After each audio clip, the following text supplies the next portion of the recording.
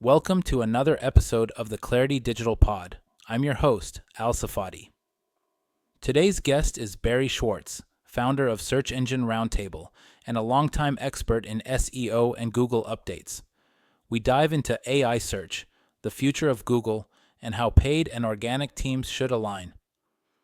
With over 40 years of combined search marketing experience, this short episode is a must-listen for any digital marketing professional. Let's jump in. All right. Good morning. Hi, Barry. How you doing today? I'm good. How are you? Thanks for having me. Oh, of course. Happy Friday. Thanks to take some time from your busy schedule. I really appreciate it. I have been following you for, I want to say 2 decades, and I've run into you a bunch of conferences. And obviously, I'm a follower of Search Engine Roundtable. That's how I keep up with Google updates. No one does it better than you do. You also write for, I think, Search Engine Land. You have your own agency. If you don't mind, just maybe introduce yourself more properly. That would be great. Yeah, sure. So I'm Barry Schwartz. Most people in this space know me for writing about search and SEO for the past, like you said, 20 plus years. I started on Search Engine Roundtable in 2003, which is something I've been doing, like I said, over 20 years. Search Engine Land as well. Before that, Search Engine Watch with Danny Sullivan. Then we moved to Search Engine Land. I also have not necessarily an agency. We don't do marketing. We do software development. So Rusty Brooks, a New Okay. York-based company, where we do software for companies, usually web-based and mobile-based applications. And we also build some apps and stuff like SaaS applications as well as mobile apps that are available in the iPhone and Android. So yeah, we do a bunch of little things here and there. Very cool. Yeah, that's awesome. Yeah, I always did SEO for my own websites when I think somewhere around 2003, 4, maybe a little bit later, I transitioned to be an SEO consultant. And all those Google updates were happening and I didn't know where to go. And I remember your site was a good source for me to explain to my boss or my client, oh, what happened? What did Google do? What kind of updates they do? And we can just talk about Google. And I do want to talk about Google's state of search engine optimization. Today's very diverse world, and by diverse I mean I think it looks like we're going back to the multiple search engines. There's Google, obviously there's Bing, but a lot of consumers are also beginning to use Perplexity and ChatGPT. What is your take on all that? What is the state of search today from your perspective? Yeah, you're right. It looks like there's other search engines cropping up. It wasn't like in the early 2000s. It was, or even late 1900s. It was like Ask Jeeves, Excite, Lycos, Google, and so forth. Obviously, that consolidated mostly into Google traffic. And now we're getting these new AI search engines from obviously OpenAI's ChatGPT search. We have, like you said, Perplexity. We have Gemini. We have everybody's doing something with AI these days. Yeah. And yeah, ChatGPT is growing really nicely, but there's still a tiny market share in terms of what search is compared to Google at this point. So we'll see. We'll see. Google's obviously launched AI overviews. They're testing and partially launched AI mode. They obviously Yeah. have Gemini. So Google obviously finds this to be a very important space. So we'll see what happens with search over the next coming years and how that might change with market share and so forth. Yeah. Do you mind explaining a little bit more about AI mode? I didn't know what it was, other than the position 0. Oh, AI mode. So AI Yeah. mode is like a new beta version of Google's like AI search feature that looks more like ChatGPT. So Okay. AI overviews Google launched as SGE, Search Generative Experience, back I think 2 Google I/Os Mhm. ago, Yeah. or they were testing it from then, and then they launched about a year ago. And now Google, like a few months ago, launched something called AI mode, which is a separate. You have to opt into it in Search Labs. You have to go to Google Search Labs and say, "I want to see AI mode." Mhm. If you're in the US and you're over 18, you'll get it immediately now. They are testing it somewhat in the wild where you don't have to opt in. But AI mode basically is a separate tab on like next to like news or video or images. It's called AI mode. And you click Mhm. on it and then you can have a kind of like a conversation with the search experience, like in AI overviews, but a little bit more like ChatGPT-ish. With Yeah. more of a conversation. So that's currently a beta from Google. And I suspect Google will launch it more widely or do something bigger with it at I/O in a week and a half or so. Oh, that's cool. I literally didn't know that. I may have heard about it, and I just in the headlines. So I'm glad you brought that up. So what do we do as SEOs today? I've been doing this about 2 decades, and when people come to me, it's like, "What do we do with AI?" I'm like, "Keep doing what you were doing, but you're less likely to be able to hack the algorithms because this is more intelligent than." But fundamentals are still the same. You still need to have decent content, quality content, unique content. authoritative content. You still have to take care of technical SEO. What do SEOs do today? What do marketers in general? How do we go about SEO? So there's really like two questions there. Is one is Yeah, how, as an SEO, could I use or utilize AI? It's a safe way of doing that. And two sure. is how do I deal with all these new AI search engines and so Yes. forth? At this point, obviously, you're still looking at your traffic, and your traffic numbers are still coming from Google. So the Hmm. question is, how do I use AI to improve my SEO work? So there's a bunch of ways. One is a lot of companies are using AI to help automate some processes, some stuff that AI is really good at. Some are using it to help with content. I wouldn't say use AI to just automatically create content because that Hmm. might cause issues. We've seen a bunch of sites do that early on and do really well and get a lot of traffic from Google, and then a few months later get hit hard and not rank very well in the long run. But it's really about looking at ways you could utilize AI and the benefits of AI to go ahead and help you as an SEO accomplish your goals and mostly help you with your tasks. Could you create AI to find technical SEO issues? Could you Hmm. use AI to find areas of ways to improve your content and to add more content that might be useful to users? Reddit recently, Reddit recently are is starting to do these like AI translations for their content, which supposedly Google is okay with, and you can see in the traffic that Reddit's getting from Google search, Reddit's using AI to translate content automatically and then serving that to Google, and Google's ranking it. And supposedly Google sanctioned this. So there's a lot of like early on days where Google has been said we're okay with AI content. We don't really care if it's AI or human or whatever, as Hmm. long as the content's good. If you create garbage content by hand, it's just as bad as if you use AI to create garbage content. It's not Yeah. about how the content's necessarily created. It's more about is that content useful? So whatever you do, make sure when you're using AI from technical SEO to content generation to whatever you're doing it, that it actually helps the user and there's value in it. Otherwise, don't do it. I agree with you. We use AI just like that. For example, this podcast that we are having, I use AI to with transcription and summary, and just because I don't have time to literally do that myself. But the content, the original content you and I are having is pretty original, right? It's just happening live right now. So in that case, if using AI good in terms of content creation, we also use it, like you said, automations, coding, things like that. But yeah, but let's just talk about Google in particular. I want another topic I want to talk to you because you also cover paid search a lot, and I'm both on SEO and SEM side, but that's how I learned it. And right now, I always preach like integrated search marketing strategies. Do you agree that the AI is going to change the way we think about paid search down the road? Do we have to, with performance max popping out and exact match not being the exact match anymore, like at least as you and I remember 2 decades ago? What about the paid search people and marketers in general? Do we have to start thinking about making some changes to the way we used to manage and strategize paid search? Yeah, for sure. Like you said, PMax Performance Max has been out for a while. Early Yeah. on, it wasn't so good, but everybody now is saying it works great for the Yeah. most part. So PMax is very AI or AIE. And now Google just announced Google Ads AI Max, which is their next version of for search campaigns. So that's going to like also go ahead and change things. It's not fully rolled out yet. It's going to roll out at Google Marketing Live in a couple of Hmm. weeks. It's probably going to be a beta for about a year or so. But yeah, AI is overtaking how Google helps advertisers create campaigns, how they target keywords or not keywords these days, and how they even create campaigns and display images and videos and so forth. All that stuff, Google is promoting big time when it comes to AI for the targeting, the creation of the campaigns, for the assets like videos, images, content. So AI is everywhere within the Google Ads platform, and it's just going to go ahead and expand more because Google wants to make it as easy as possible for people to spend money with them and to spend more money with them. Yeah. And also, they want that money to convert to an ROI ultimately, otherwise people will stop using it. Sure. The AI is all over the place when it comes to that. Yeah, Google, I think more so with anything, I think Google Ads is using AI more for longer for the most platforms, I think. Yeah. And thank you. And how do we like SEO and marketers in general? How do we do do you think this is a good time for SEO and SEM people to get closer, working to get a little bit closer? Because as someone who preaches that, I see a lot of companies, in particular larger companies, those teams are sitting in silo and there's a lot of overlap. Do you think this is a good time to as organic and paid people to revisit the strategy and maybe have a more funnel type of approach to search Right. marketing. Yeah, I mean, they say that forever. It depends on what you're doing, but it's not just SEO and PPCers. It's more like the whole marketing teams. Yeah, Like, are you doing display ads? Are you doing email marketing?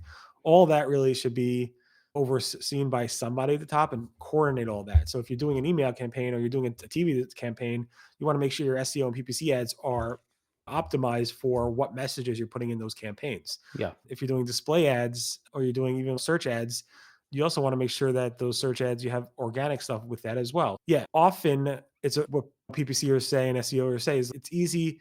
It takes a long time to see SEO success. So test it first with PPC to see if it's yeah, worth optimizing for organically over the long term.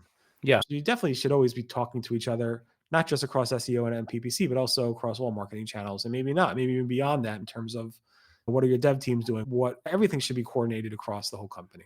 Yeah, and it needs to come from a higher ups. You need to guide the team to have an integrative approach, or else they're not going to do it. The reason I brought it up is we have a client that sells soccer products online. If you go type in the word soccer ball, like you don't know what's organic, what's paid. There's like things are all over the place, Right. And it just okay. Even if you like somehow rank the top three organically, you may not actually have the type of traction you need to have. There's the organic feed, and there's a paid feed, and there's a paid ads.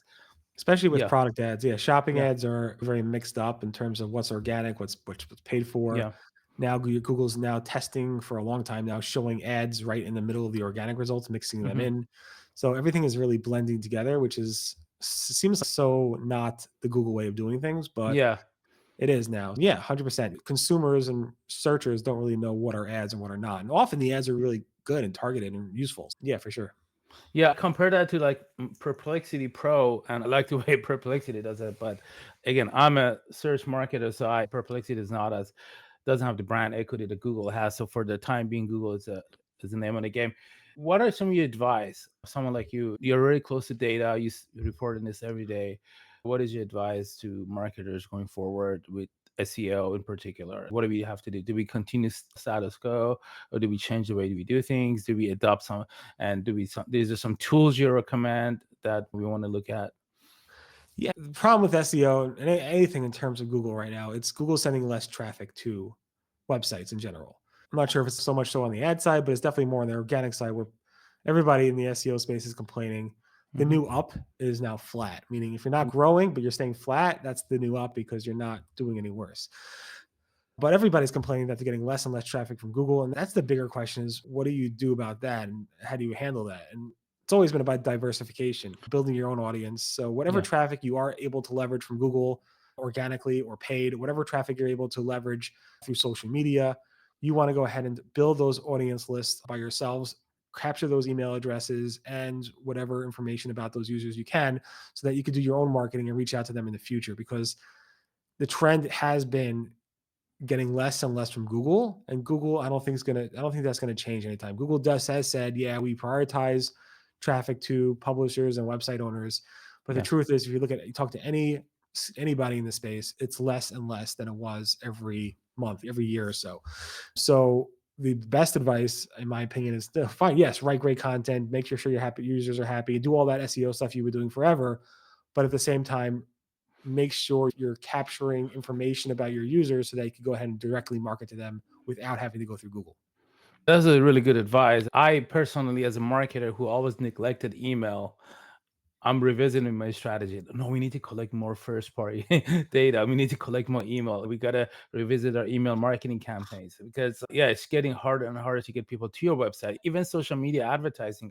If you run a paid campaign, let's say on LinkedIn, the conversion, same offer, the conversion drops quite a bit when you ask people to leave the platform to come to your website to convert. All platforms are trying to keep the users on their platforms, whether it's LinkedIn, Google. So getting that email is a really good advice. Thank you for mentioning that. Another thing that I've also noticed is that since I launched this podcast, our direct traffic and branded traffic has gone up a lot. I just seen it for my own agency. I've seen a boost in like organic branded search, and I think maybe start thinking about branding a little bit more and doing things a little bit outside the box to make up for some of the traffic that you're not going to get from SEO anymore. What do you think about that? Yeah, that too. People are yeah, if people are going to be getting AI overviews and like these zero click searches and so forth, you have to build a brand. It's easier said than done. Yeah. Like, you're searching for like Kleenex, yeah, you're gonna know that the brand's Kleenex and so forth. You want to be the brand so that people, when Google actually serves up a result and say what are the best tissues, they know to say Kleenex. Mhm. Who's the best SEO? That's a lot harder. Yeah. It's easier said than done, but yeah, if you could build up your branding and become really well known in your space for that topic, that's great. But in a space where everybody's competing for the same thing, it's going to be really hard. It's essential for you to grow, especially with these AI answers and AI agents. And like, where's Google or any ChatGPT or Perplexity going to send people to? Are they going to send Yeah. it to a small site that doesn't have much content, or are they going to send something that somebody who's really built up a brand that the Mhm. AI responses know to say this is the company or this is the person or these are the people that you should be seeking out for when you actually search on a topic?